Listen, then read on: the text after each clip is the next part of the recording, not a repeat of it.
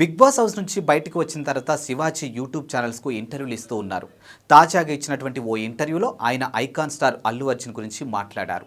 ఆ మాటలు ఇప్పుడు బన్నీ ఫ్యాన్స్కి గూస్ బంప్స్ తెప్పిస్తూ ఉన్నాయి. ఐకాన్ స్టార్ అల్లు అర్జున్ అభిమానులు ప్రస్తుతం ఓ వీడియోను బాగా వైరల్ చేస్తూ ఉన్నారు. ప్రముఖ నటుడు big boss contestant Sivaji video అది.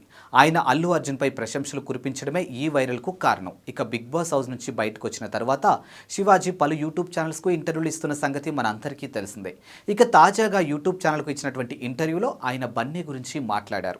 నిజానికి ఇంటర్వ్యూర్ బన్నీ ప్రస్తావన తీసుకొచ్చారు. దీంతో తనకెంతో ఇష్టమైన అల్లు అర్జున్ గురించి ఫ్యాన్స్కి గూస్ బంప్స్ ఇచ్చేలా శివాజీ మాట్లాడారు.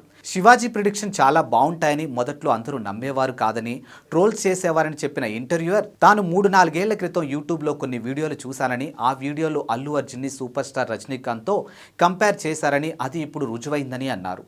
పుష్ప సినిమాతో Allu Arjun popularity pan India స్థాయికి వెళ్లిన సంగతి కూడా తెలిసిందే.